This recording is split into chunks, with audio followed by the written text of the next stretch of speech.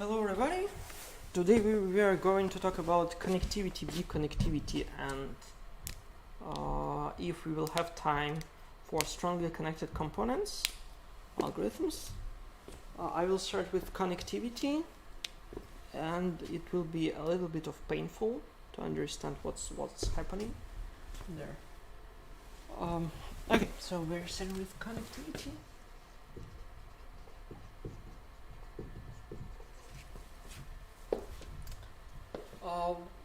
What's happening? So we have right now we are thinking about dense version where the number of edges is of n squared, kind of. Let it be even theta, right? So like this is dense graph. This means that it has a lot of edges, and this number of edges is approximately their square root or squared number of vertices. So we need to find the number of connected components or the connected components itself. How we will do that?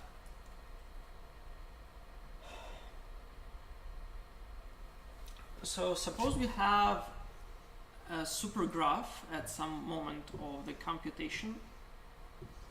So these are the connected components at some moment in time. So what's happening, we know some edges there. So this is, I don't know, 1, 2, 3, 4, 5, 6.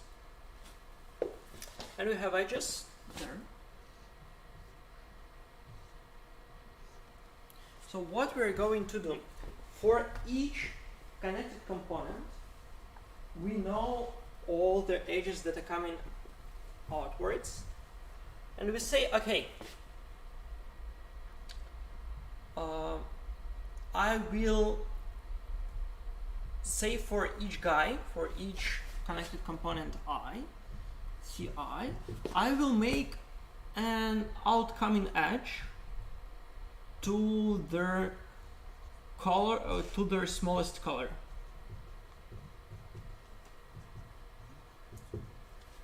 So for example, here I will have from 2 I will have an edge in 1, for 4 I will have an edge in 1, for 5 also in 1, for 1 itself it will be into the second, 3 will be going into 4, and 6 is going to the 3. So we just for each vertex we take an edge that is going to be directed to the smallest color it has as the neighbor. We take this edge from the existing ones, or we draw another one? These are from existing ones. So like this was the whole graph, and then I on this graph I decided to have some edges. There. So how it looks like? So it will be looking as the set of rooted trees, if you will do that, right? Because I mean, with one condition is that there is an edge in between, like two guys. We can fix it. So for example, in here you will have the following tree. You will have like these edges are not the ones that are minimal. So for example, we have this graph and we have a whole tree that is rooted at 1. This is for the example, but typically you will have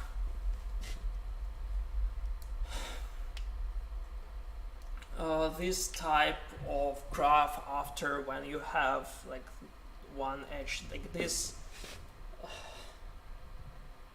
This is graft operation, I think. Okay, what we're going to do next, we will make all these components to be stars. So we will do the following. We will use pointer jumping.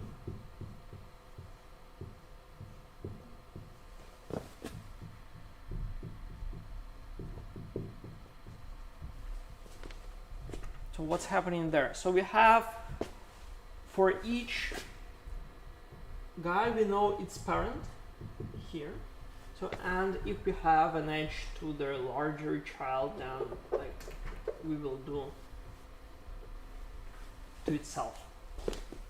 So, and what we're doing parallel for all vertices. I would say P prime V equals P of V. So this is one pointer jumping. So how many pointer jumpings I should have to get the star? Yeah, logarithm. So we have to do this for iteration from 1 to logarithm V.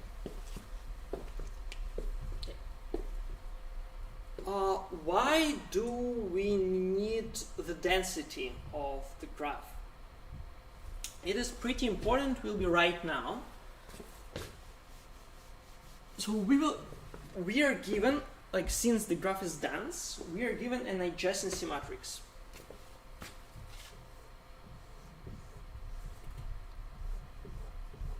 Instead of list of edges, we are given an adjacency matrix. And what's happening there? We can recolor each guy with their color of this one, like C. Okay, so I will say that all these nodes has the same color as their parent.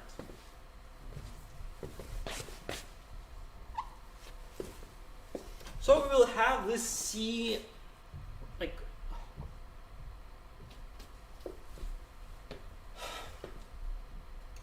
so we have to make a new adjacency matrix for the new colors. So how could we do that? We know for each node its color. So like let's sort the vertices by the colors. So right now, if you sort it, then the color C will be represented as several rows and several columns. And here are the guys.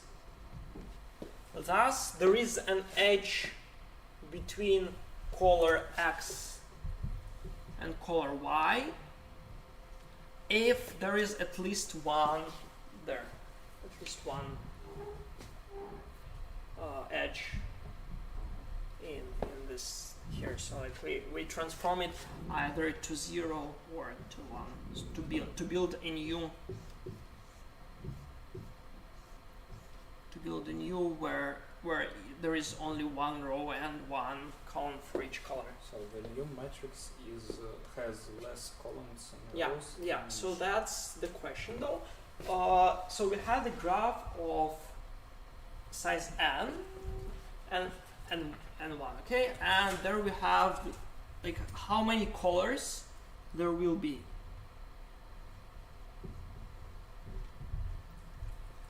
How many colors there will be maximum?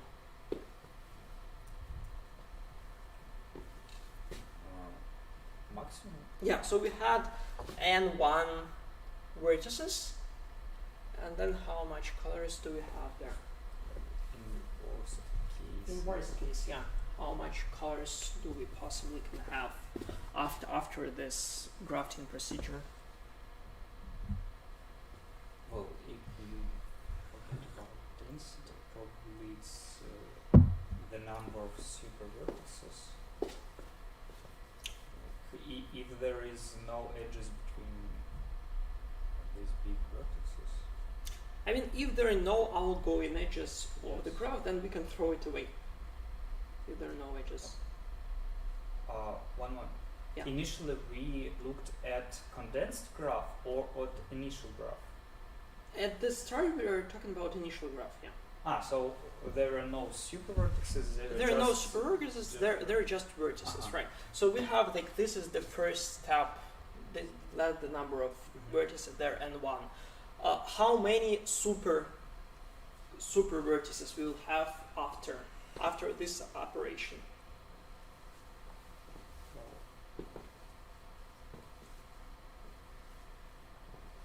N divided by 2. Yeah, in the worst case, it is indeed n divided by 2, because each node has a neighbor. So in each of their each super vertex, or like the connected component in this strange graph, has at least 2 vertices. Thus, the number of new colors is n2, and we know that it is less than or equal than n1 over 2. I will go to take a marker.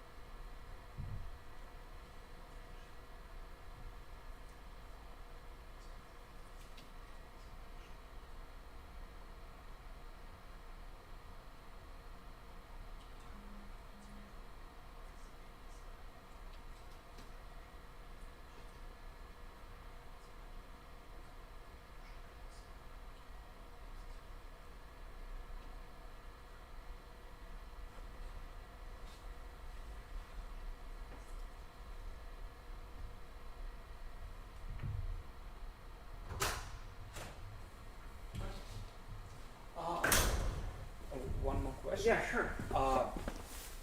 In the beginning, you said that we choose like these oriented edges to the smallest number from the initial edges. So what if we don't have this edge?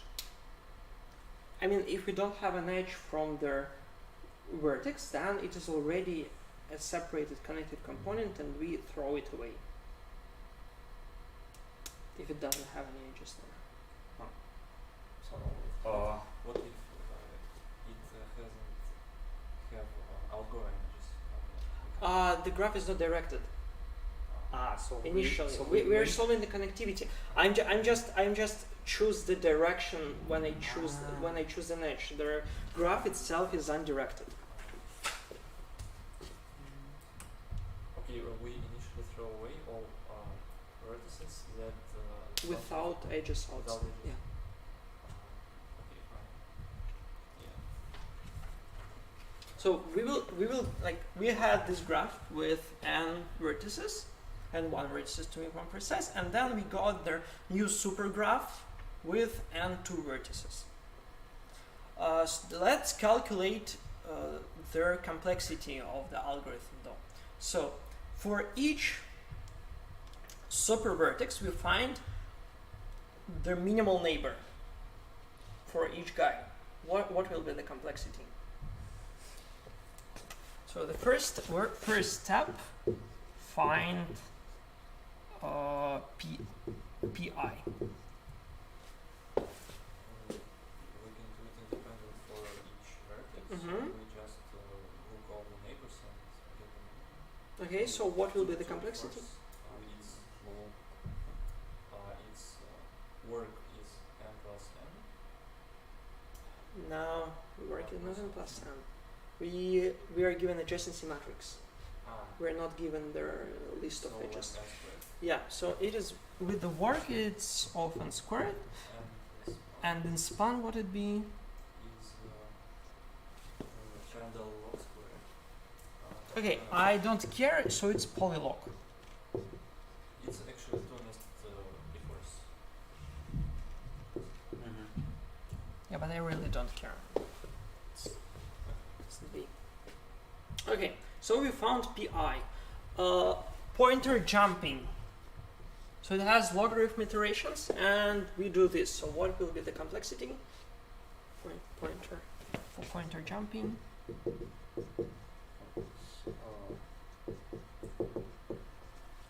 Log squared for span.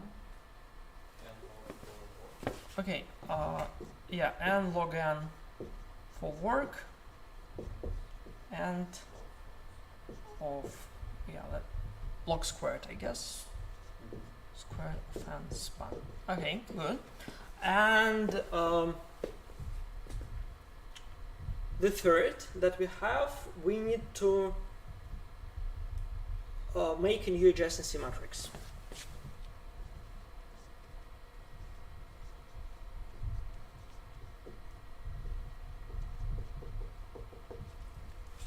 So what with the new adjacency matrix we're going to do? We need to sort it, and we need to calculate in there. Is there any one in the rectangle? Why do we need to sort? Because we want to shrink the component.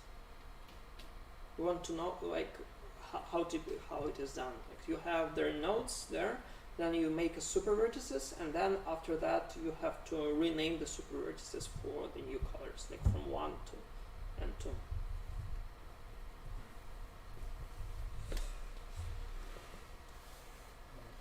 So what will be the complexity? These colors are not greater than n. Greater than times half. It's O of n work for sort, Okay. and for counting it's Like for counting a new adjacency matrix. n squared. Yeah, it is n squared because you have the matrix n1, and then you have for each this multi vertices you have to find 0, 1 in the small area. So we will have, I will say, so it is n squared work. Please note that the sorting here we can do in n logarithmic time. We don't care. So like if the problem is that if we are doing the digital sorting as you suggested previously, the span will be not polylogarithmic, but if we do in n logarithm n, the span will be exactly what we need. So it's again polylog n. Okay, so that is our one iteration. So this is compression iteration. Let us name compress iteration. Okay.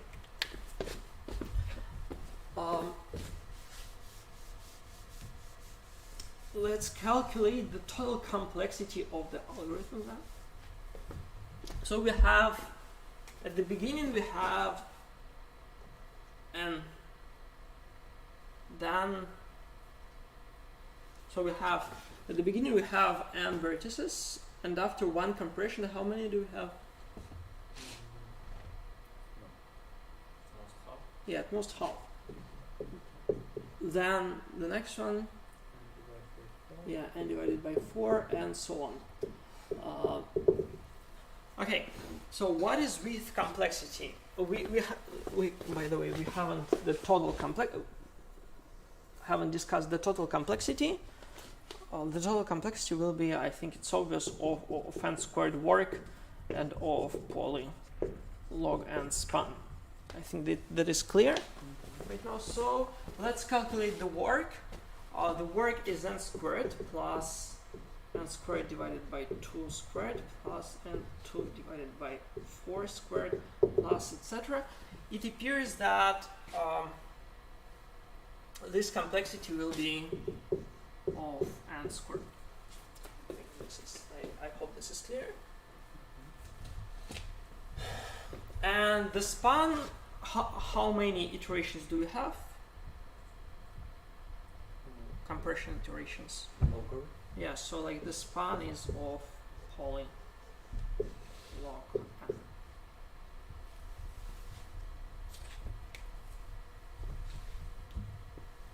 So as you can see, we have the optimal complexity if the graph is dense. So if the number of edges is quite large and it is approximately n squared, then this algorithm is the best for calculating their connected components. I think it's optimal for each case when we are given matrix. Yeah. Suppose we are given the adjacency matrix. This is the best that we can. Yeah. The adjacency matrix is of size n squared, so you can get any faster, of course. Because to go from adjacency matrix to the edge list, you will have to pay squared time anyway. But you know how to find their connected components in linear time to the number of edges, right? So it's simple DFS or DFS. Nobody really cares.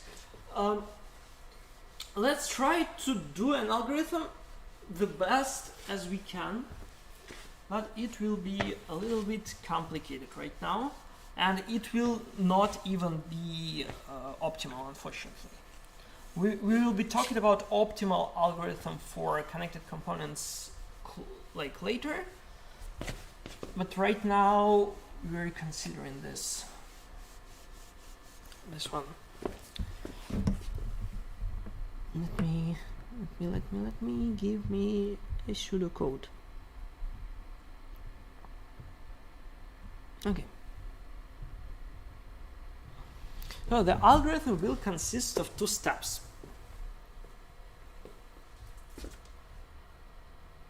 Again, each node has its parent.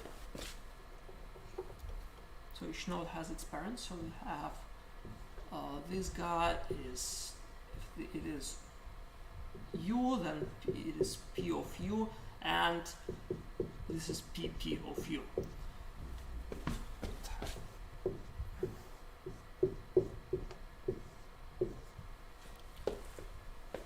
So any component looks like this. Again, we will try to build the parent there. Initially, all the I will explain a little bit later, but initially I will convince that each vertex has two nodes, like the node I and I prime. This will be important for the analysis, but typically we start with the node that has only has two edges, and then we will try to graft them to somewhere. So we again will use the operation graft that takes a tree and finds an edge to attach it somewhere, as previously, right? So previously we had minimum. Right now we will try to, we really will not be caring about minimum anymore. We will do the following. So I'm coming for all their edges, and I would say if p of u equals to p of u, you know what does it mean? If p of u equals to p of u.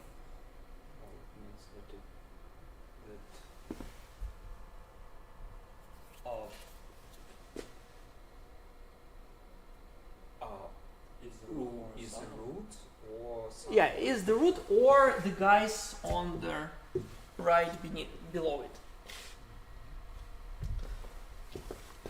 And that's also really important. We say if pu bigger, right? If pv is less than pu, I will say p of u equals v. So what's happening here? So I take another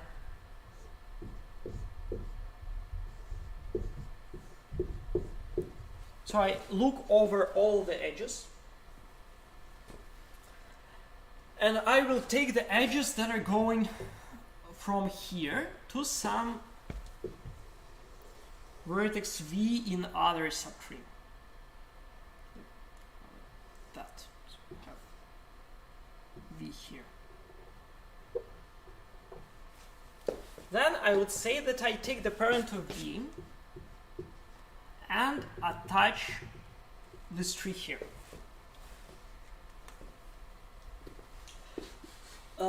We will see that this is really important, that we are doing this exactly to the parent rather than like, because typically we could take PU and set it to V. Oh, no, we shouldn't have to do that. We should be like that. Yeah, thanks. This will be very important for our proof analysis, that we are grafting it not to the V but its parent. By that it means that this guy is not a leaf. This guy is not a leaf because he has a child. Okay, so here we even don't have possibility to like. we will do pointer jumping right now. So it's not considered to like combine pointer jumping and draft. It's kinda the same approach that we had previously, but instead of pointer jumping like fully, we will do this only one time. We'll do just one pointer jumping there. But still, the grafting is kind of the same. You take the node and you try to attach it somewhere. Well, once again, graph is Undirected. undirected. Undirected. And, you said that if graph is not dense, that we can simply go DFS or Yeah, sequentially. sequentially. Sequentially. But it's bad for span. It's bad for span, yeah. For example. We will not. We're not going to solve the stats comparable. Right now, no. Like, What kind of optimal solution we are looking for? so we are trying to do something, but I will make with of m log n work. In that sense. Yeah, in that sense, it will be a little bit better, a little bit worse than the sequential algorithm. And right now we orient edges, not looking at the minimal neighbor. Yeah, We just do it randomly. we just do it randomly. Yeah. And So I mean, this condition that PV is less than PU is exactly forces us that it will not happen in the other direction. So I mean, if you don't have this one, then you could try to attach this guy here and this guy here. Sorry, this guy here. Yeah. So if V is, for example, the parent, then But what if P of V is like less than P of U? yeah. But parent of V is less than some vertex in U sub 3. We don't care. Like this difference is done. This difference, like this condition, is exactly done. So like you could draft one tree to another, but not vice versa. Yeah, but now it seems that it can happen. So if parent of V is less than parent of U, but somehow parent of U or parent of V is less than is greater than parent of V. So at first we do this only for okay, one moment. V is not necessarily the root or something. Yeah, V is not necessarily the root. Yeah.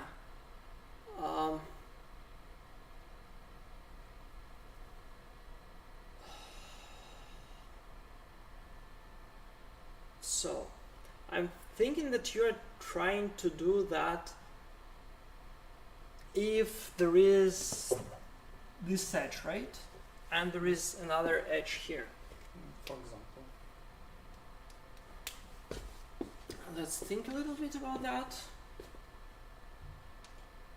We will have parent.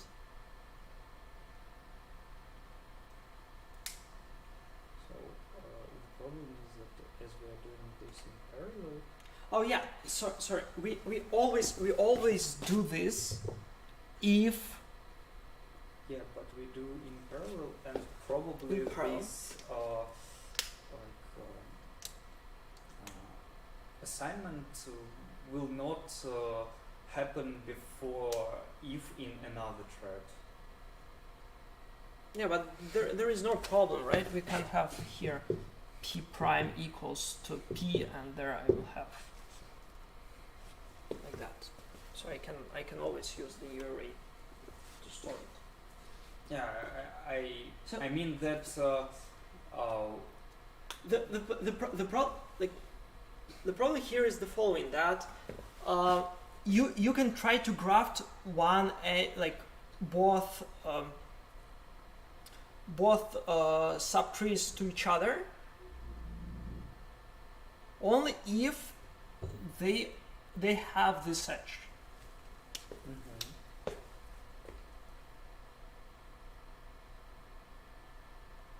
Okay, and if they have this edge, you will check the symmetry that it should be less. One guy should be less than another.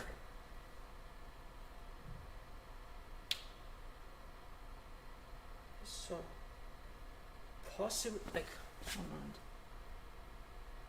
So it could potentially, I think, be like that, right?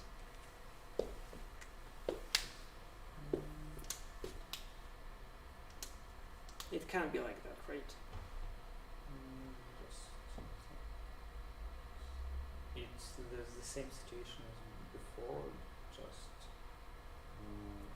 as p of u and p of root is the same vertex. I think we can solve it specifically for this case.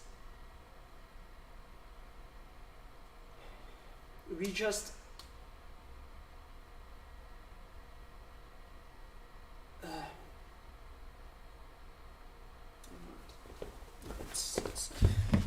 it should be clean. Like, that's the whole issue.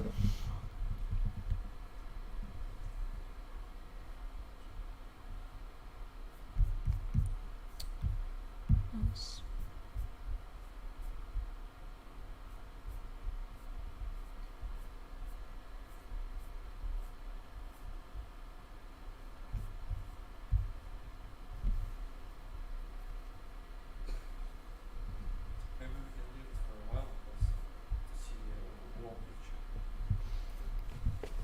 Because I find some kind of problem also.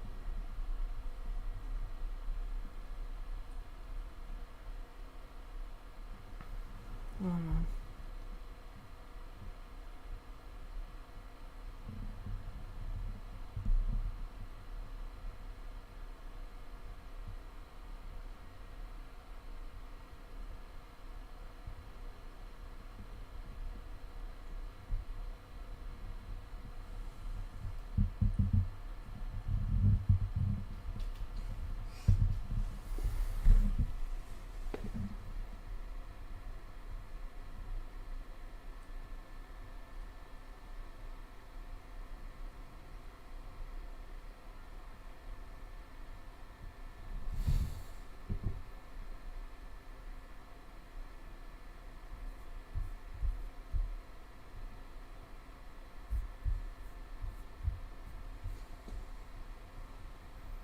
Okay, this doesn't help. In your picture, you already have some oriented edges. When have we drawn them? Like, it is just some state of the connected components during the algorithm. So we just go in parallel and doing such kind of stuff, we connect roots with some vertices, Yeah. independent of existence of such edge in initial graph. So I guess to solve this, if we will let's do this a little bit better, in terms that we will take we will post-process all the vertices that are parents, and then if we have a situation like this, we will choose only no. I think probably It's not exactly what's happening. it, Yeah, it can be proven, but like something as induction,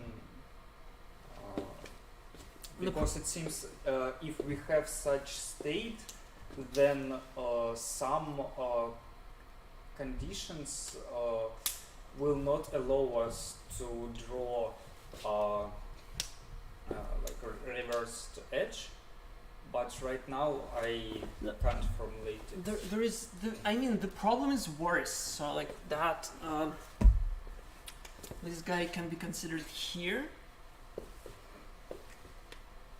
So and I cannot decide which one is going there. I think we can prove the following. We can prove that, yeah, I think that will be enough. That U is bigger than P of U. This should fix everything.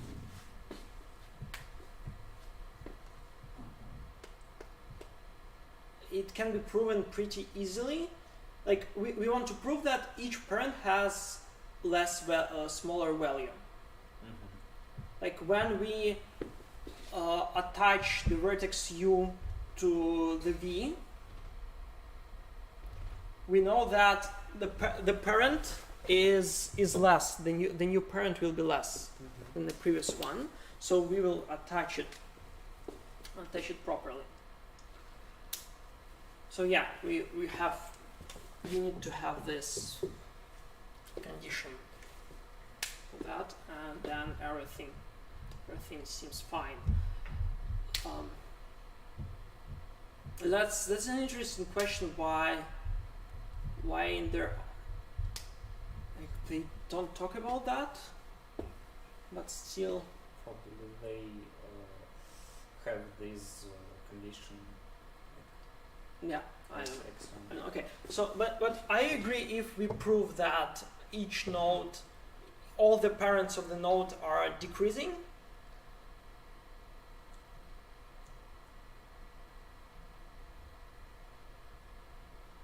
Then it's okay. Because we exactly have here, like the parent of P of U is less than P of V. So like like again, like here is P of U. P of U is this guy. P of V is this guy, and we add an edge only if P of U less than P of V. Then that's all great. In our if we have like P of V less than P of U. yeah, Like we attach greater to less. we attach greater to less. Okay, the problem is that this is not enough for us because there can be stars. Let's talk about stars. The stars is the graph like this. So each, let me give you a brief intuition why the stars are a little bit different. Is that we will calculate complexity in the following manner. So we will have the heights of all trees there, and we will prove that after one pointer jumping, we will have hi less than h like prime 2, 3 of hi. I will talk about that a little bit later. But if the tree is not the star, then we can decrease the height. Mm-hmm. The problem is that when it is the star, we cannot shrink it anymore using pointer jumping. So we have to deal with stars a little bit different, because they unnecessarily satisfy this condition. This star probably the smallest one, and it will never be grafted to anyone.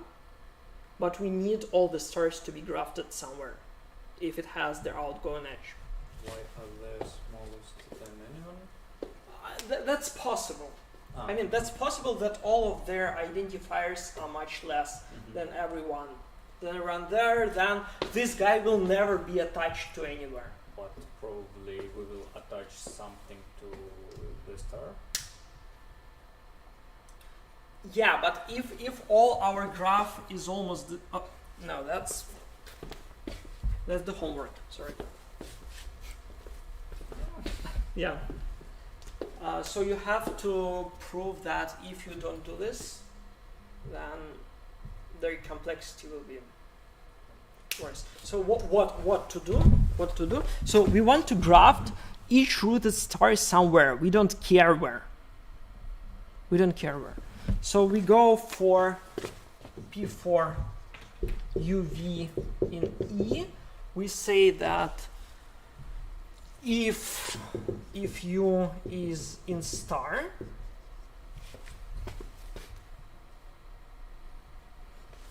and PU is not equal to PV, then I say that PU is P of U, right? P of U is equal to V. So I attach a star somewhere. I don't care exactly where. How can we? I think it should be PV. How can we quickly detect a star? Or How? probably we have a Okay, calculation. how to quickly a star detect? So we will do the following. We will say we go over all the vertices and say if P of V equals to P of V, sorry, other words, if it is not equal, then we say is star of P of V equals false, and is star of P of V equals false, and is star of V equals false. So like you just check. This condition checks that it is not a star, so it has at least 3 nodes there. And so we call a star the whole such subgraph, or just this root, its root?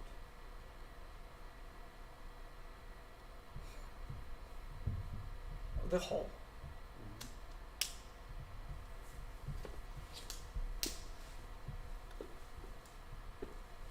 Okay.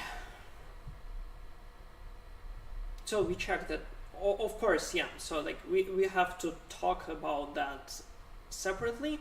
Is that this will not work very good on real machines, again, because like we try to override the same at the same time, which can be a little bit complicated. So we are talking that we are working in CRC. Otherwise, like this assignment can cost a lot. If all the nodes try to clash there, then you will have a problem. Okay, so we have the grafting procedure. So the grafting procedure consists of 2 parts. So this is the standard graft.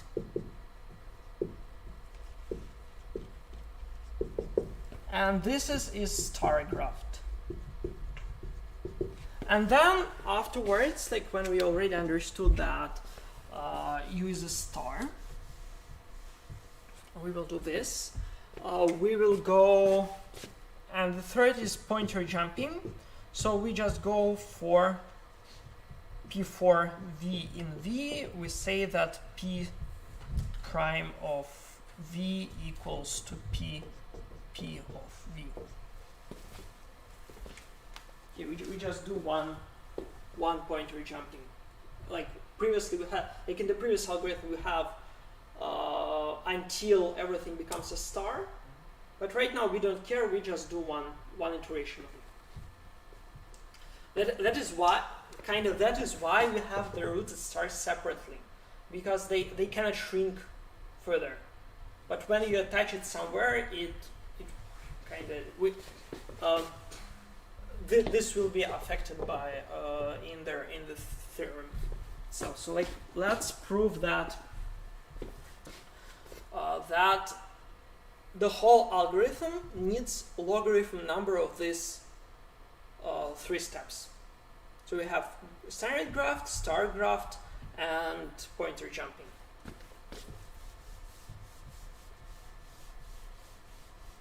So we will consider their trees. So we have to TM, and then we do a grafting procedure, and we do a pointer like. Let us do it at first the graft procedure. So we have some other number of some other trees. So like T prime to M prime. So we had M trees, and then we apply graft there, and we get this one. What's happening here? So I want to prove that the total sum of the heights will never increase. Suppose that we have one tree Ti and Tj.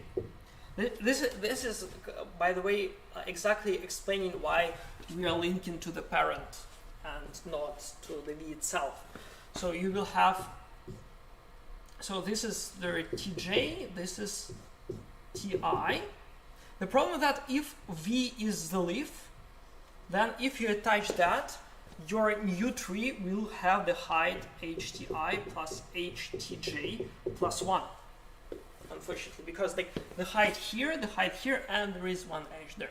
But if we attach it to the parent, our new height cannot be bigger than this one.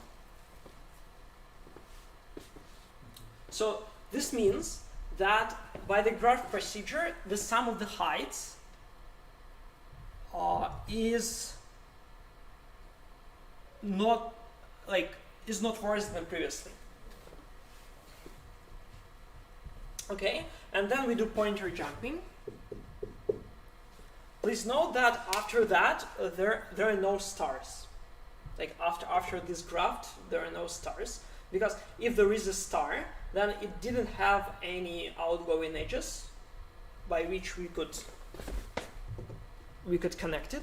Like we always we take star if it is somewhere, then we try always to connect it somewhere else. So if the star doesn't have outgoing edges, then we just throw it away because this is the separate connected component. Then we do pointer jumping, and then we have T1 with 2 primes and Tm prime with 2 primes. And it can be seen that if the height of the tree is less than 2, this is exactly what's happening here, because we never have stars at that situation. And we can prove that h of T prime is less than or equal than 2/3 of ht. Like one pointer jumping shrink the height at least 2 divided by 3 times. Why so? Let's look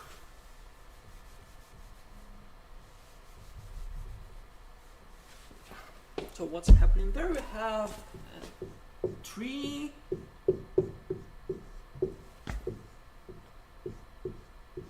So if the tree is of height 2, then it is obviously after pointer jumping it will be a star. Okay, so everything like because you take the parent of the parent, then this guy appears here. But if you have the height 3, then unfortunately you will link this guy here, and the total height will be 2. So this one, this one, this one, and this one.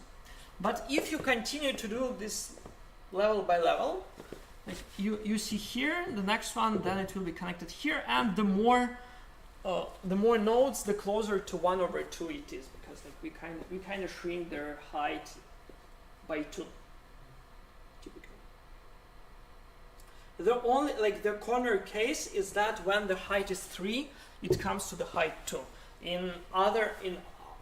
When the height is larger than 3, then this constant will be even less. Does that make sense? Okay, so we have the sum of their heights. Then we perform grafting and pointer jumping. So here the height didn't increase, and here it shrinks into third. So applying this one, like graft and pointer jumping, the total sum of the heights decreases in 2 divided by 3. But at the start, we had the total height to be linear. Like each tree has the height of 1.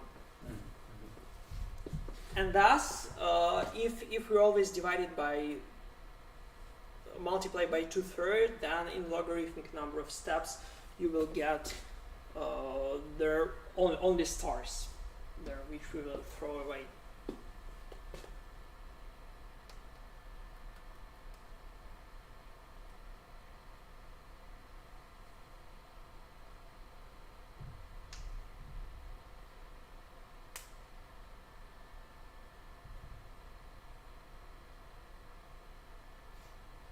Okay.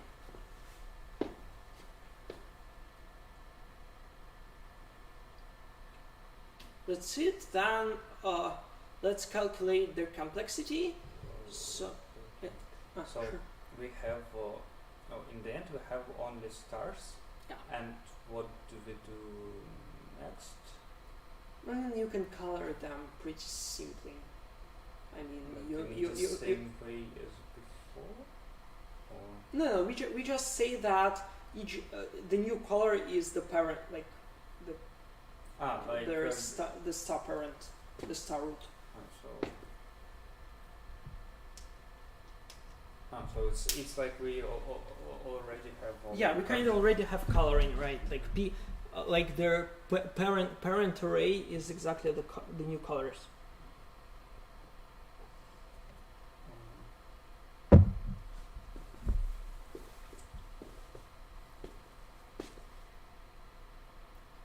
Okay, let's calculate the complexity.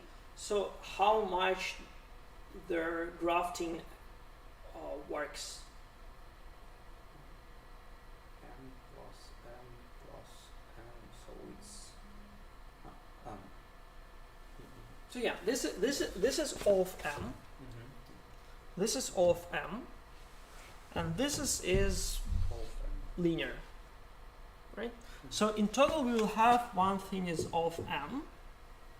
Then since the number of iterations is logarithmic, we get like this work, but with span it is polylog, right?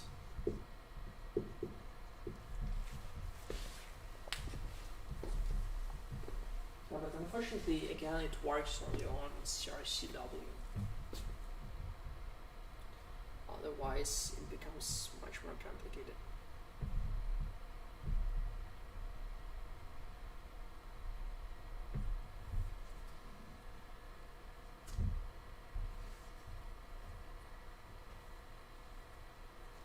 Okay.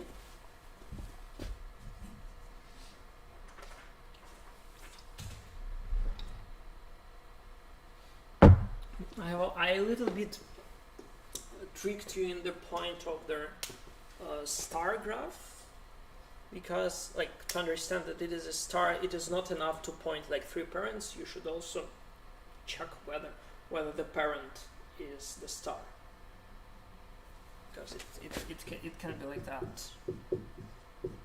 I a little bit lied to you there. So like you just have this, you mark this is not star, this is not star, this is not star, but you don't know anything about them, so they should ask the parent where it is the star. So like I guess you can just ask like that.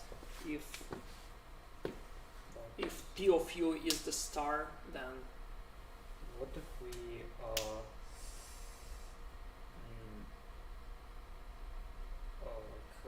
find stars in a different order? So we start calculating. We start this 4 from like left edges, and only in the end we proceed this trunk of height 2. There is nothing bad because we ask only root. We ask. No, I mean that like these 3 children will ask their parent if he is a star, and the parent still doesn't know about it, and only after the trunk is proceeded. Yes. So we are doing the following. If the node has 2 parents that are not connected, then we say that it is not star. Yes. Okay. Then when you want, like this is 1. So here only 3 nodes are marked. But then you are asking, for example, this node. And okay, am I in the star? This just ask the parent, and if it is not the star, like at first you calculate this is star array, and then you check it. So the question for the homework appears to be quite interesting, is that what will happen if we remove the graph of the stars? So why it will make the span linear? Yeah. The same algorithm without second. Yeah, the second algorithm without the second step. Yeah. So like where we force each star to be grafted somewhere.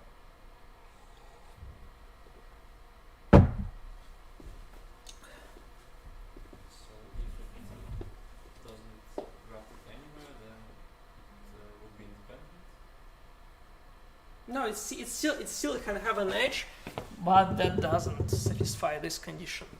Yeah, it still can have an edge. It would have different color with vertices that are connected with it, because we are not attaching it anywhere. Yeah. Or somewhere. Yeah, we're not attaching it somewhere. It seems that the algorithm becomes incorrect. You ask about only. No, it still will be correct, because like there finally you will have, if you have pointer jumping, you will have kind of only stars, and then you will connect the stars anyway, even using this condition.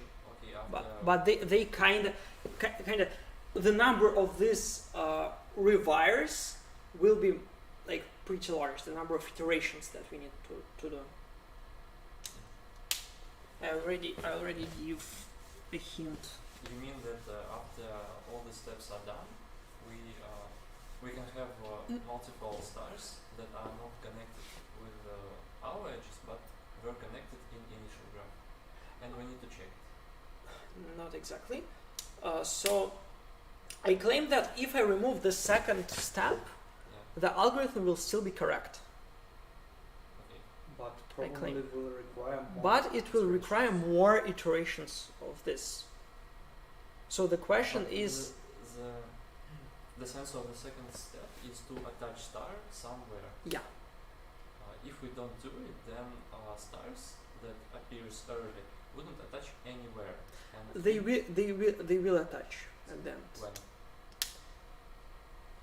Okay. Like you're right now just asking me like the solution of the problem. I don't really interested in doing that, you know.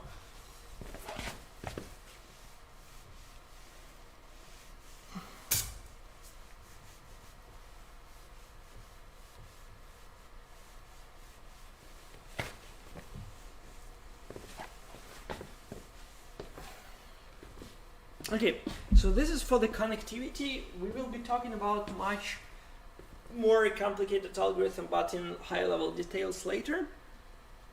But right now,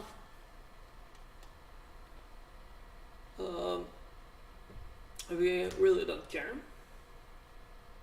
about that algorithm. So let's work on the minimum spanning tree. So we are trying MST. So are there any ideas on how to do? Like again, we will consider that their graph is dense. Okay.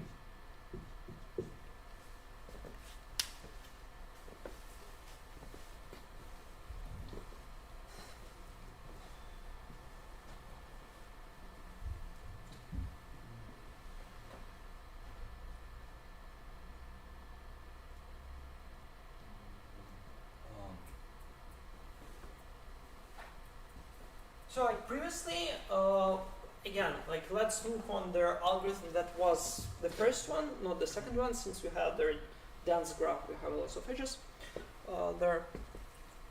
How did we graft there? We grafted, we take the node and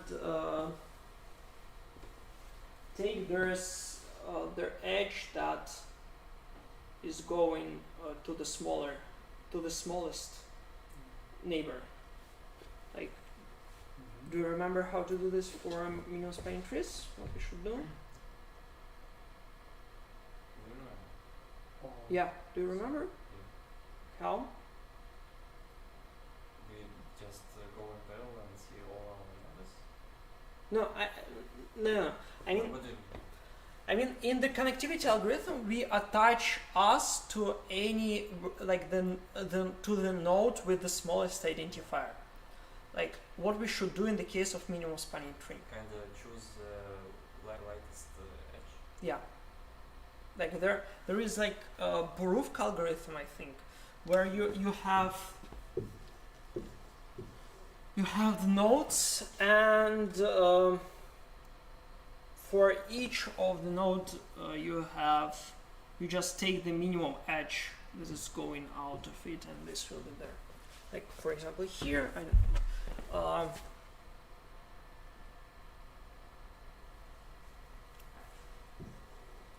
like this will be the minimal outgoing edge there.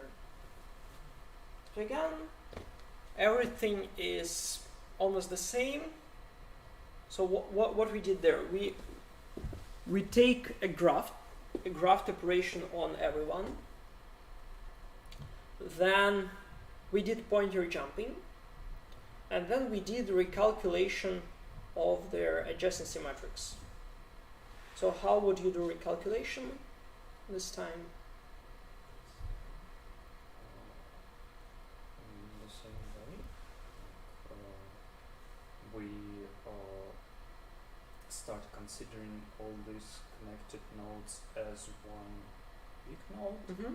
and we just need to save edges to other big nodes. Yeah, but what you write in their adjacency matrix there, the new adjacency matrix.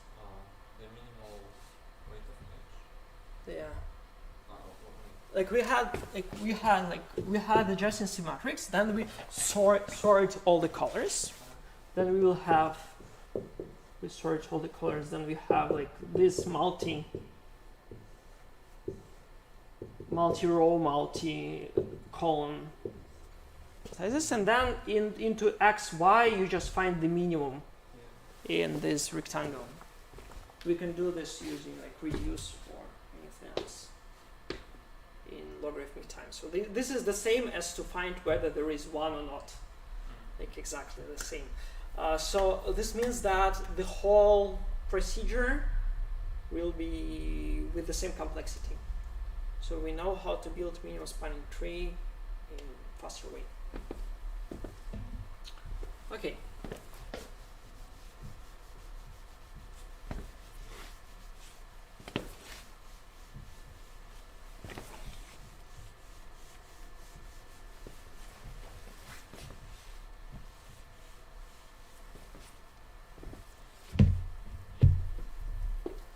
Okay. Now we are going to talk about biconnectivity.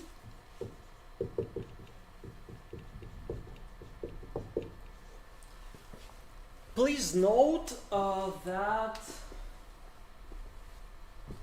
we already know how to find their spanning tree. Is this like, is it understandable that we can find any spanning tree of the graph? What?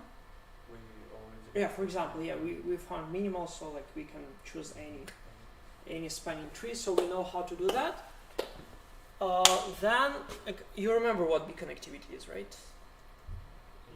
It's an analog of connectivity in directed graph.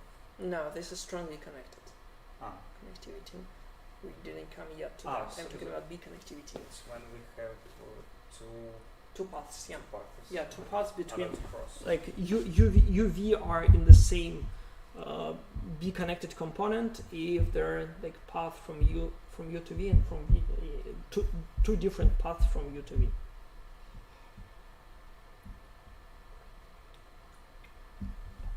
That biconnectivity components are connected with bridges. Not exactly.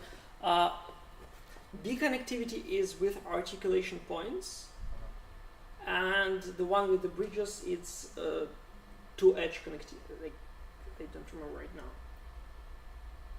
B-edge connectivity, I think. It is. Nothing. We will solve both of them. So like that's an issue. So the problem is, like, we already know how to build a spanning tree, so everything should be fine for us. So we can root. We already know how to root a tree from the previous lectures. Okay, so the question is, so suppose that we have a node V and its parent PV, and I want to check whether V and PV is the bridge. So what are your suggestions on how to do that? The bridge. Not in parallel. Not exactly. I guess in parallel. Yeah. But I mean, right now, not exactly the parallel. I want to understand the condition by which That some vertex from subtree of V has an edge. So Where? period V or higher.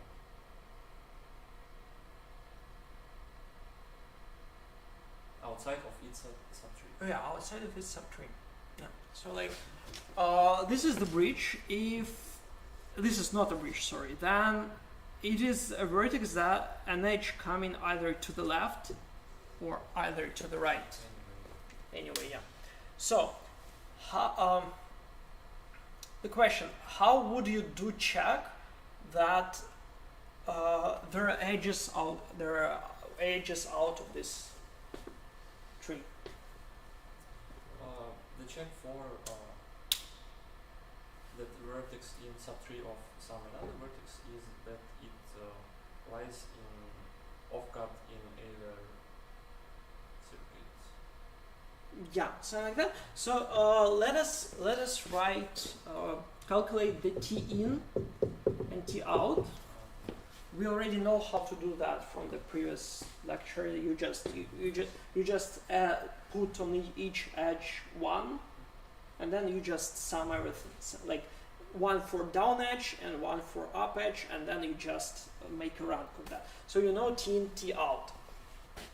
So in the subtree of V, the vertices are in which range? From T in. Yeah, T in of V and T out of V. Okay. So what does it mean that we have an outgoing edge? So what's our condition? So like this X, this Y. Is that, okay, I will say it like that, that T out of Y is less than equal than TE of V. If it's at the left of. Yeah, it's on the to the right, then you will have that T out of V less than T in of, oh sorry, YV X. X here and Y here. Okay? Okay. Okay, if we have linear time, we can simply calculate T in, T out, and then we are done if we're calculating this recursively. But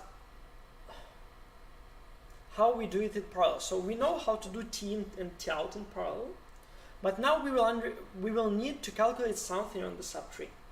We already did that. The last time we have rate compress to do that for us.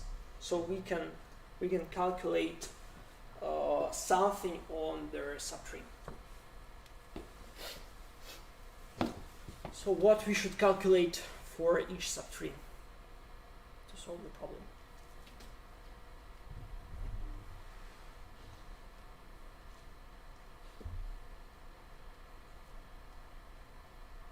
Something like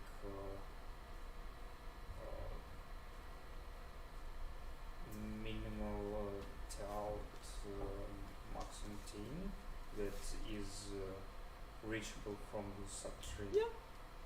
Yeah, just for each X you calculate the best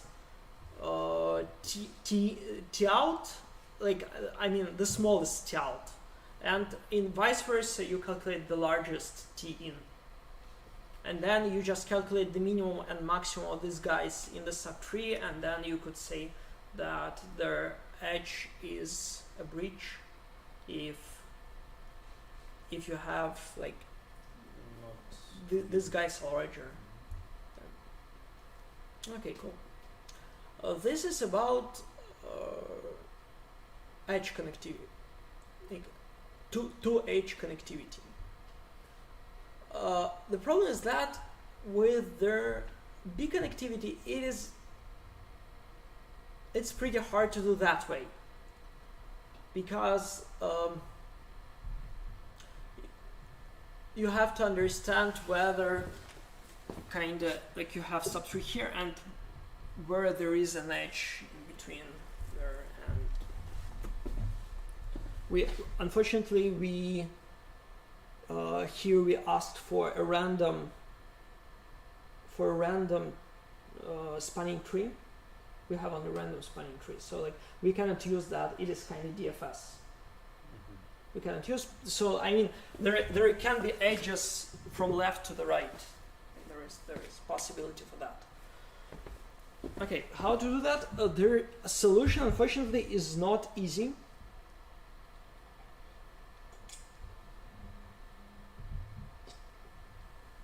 So we will need some more things to remember right now. So we have in tree, we have the spanning tree, and there are some edges there. Okay, there are some edges like that, like that.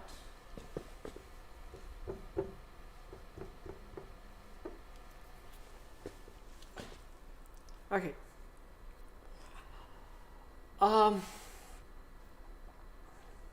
The interesting thing is here that each Biconnectivity is built on these cycles. on the cycles that are the external edge with its parents. These are named, how they're named? Basis cycles. Everybody said about the bed.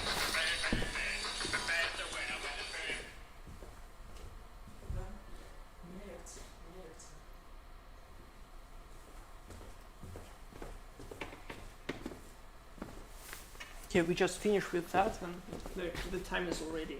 I haven't even looked at that.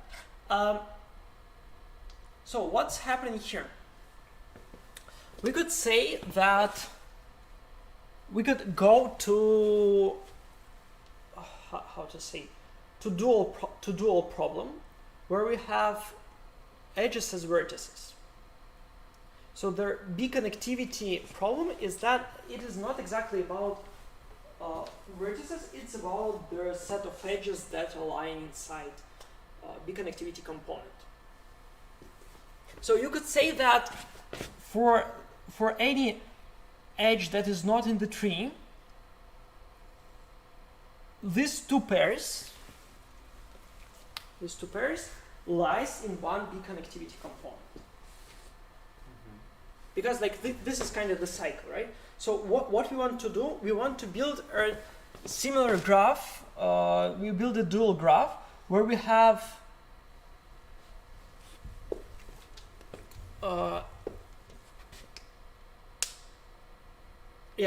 where we have the connection between these edges, and if these edges are connected component, then it is the biconnectivity component. Like the connectivity component in this dual graph is the connectivity. So how to check this? How we will build this graph? So the first thing is that we have an edge outgoing. So we have u v, and here is p of u, p of v, and we say, okay, these three edges are connected. We say that. The other thing that we will have, we need to understand whether two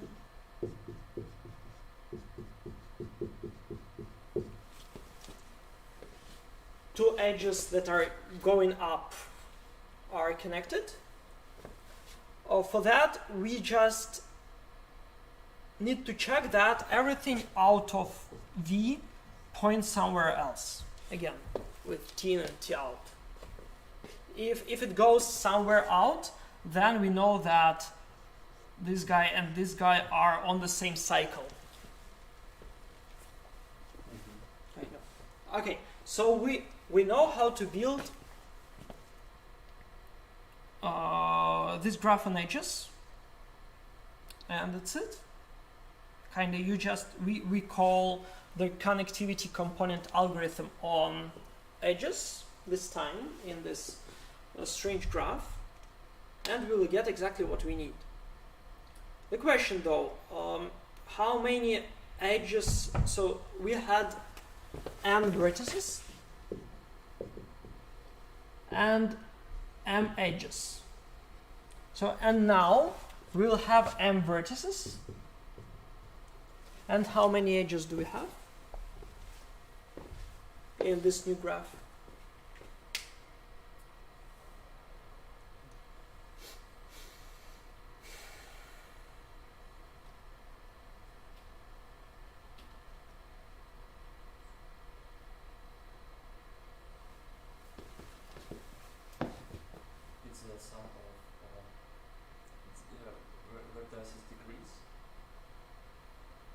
It is the sum of vertices degrees.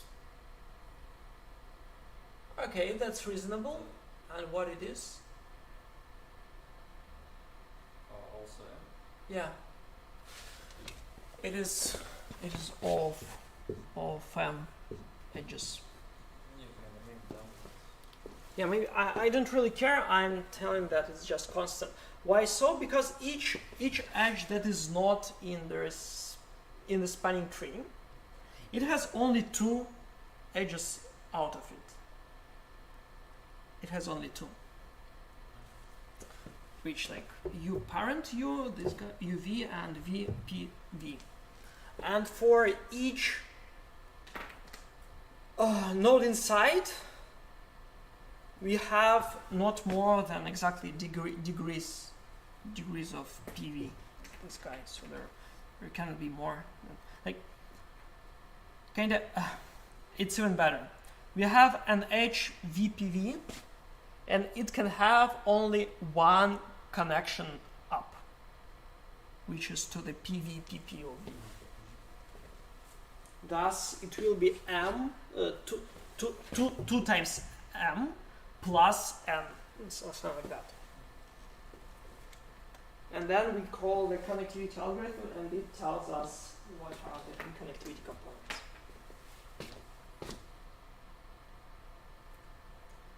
Okay, questions? So we run something like before on all edges, look at these conditions. Yeah, build a new graph. If they are satisfied, we like add this edge in the graph Mm-hmm. and like count the previous task. Yeah. Okay. Exactly. Yeah.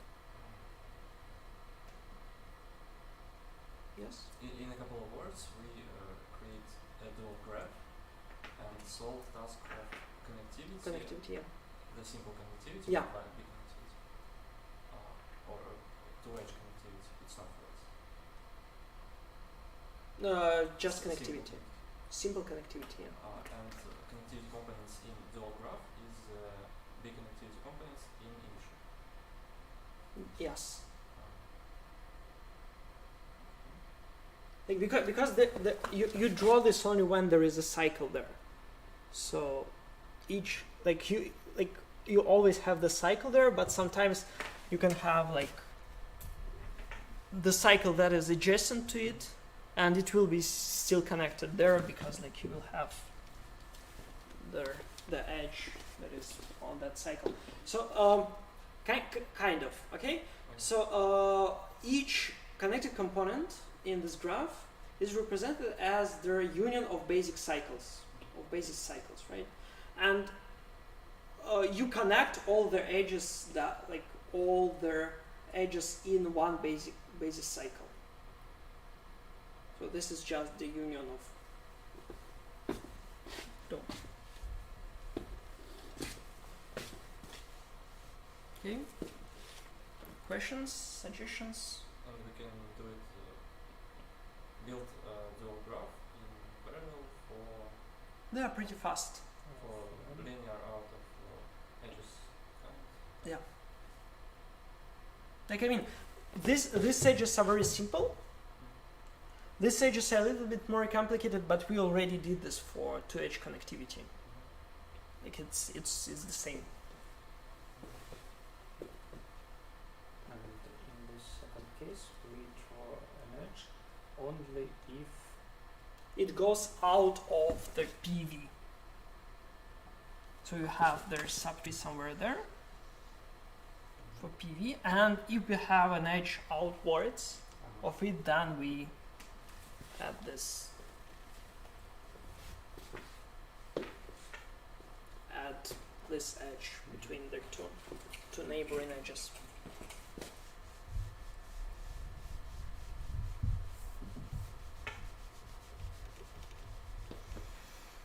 So like that's kind of like the standard. I mean, this is kind of standard freaking algorithms where you take the dual graph and try to do something on that.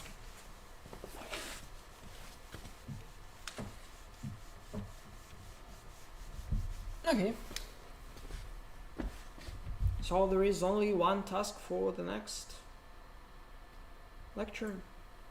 Only one task. Yeah. There will be much less tasks after this. Okay, thanks for coming. what can be less